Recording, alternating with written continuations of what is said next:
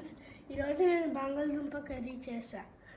ఎవరికైనాకి కఫము, గొంతు పెయిన్, జలుబు ఉంటే ఈ వేరు వేరు బంగాళదుంప కర్రీ తినాలి.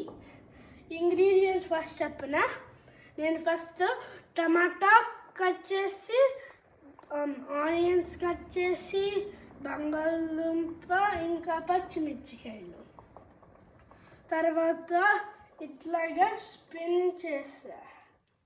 దాని తర్వాత కొంచెం పసుపు, కారం, సాల్ట్ వేసా. దాని తర్వాత మళ్ళీ తిప్పా. ఇంకా దాని తర్వాత వాటర్ కొంచెం వేసా దీంట్లో.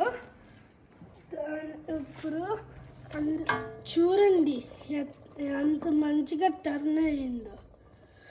ఇంకా నేను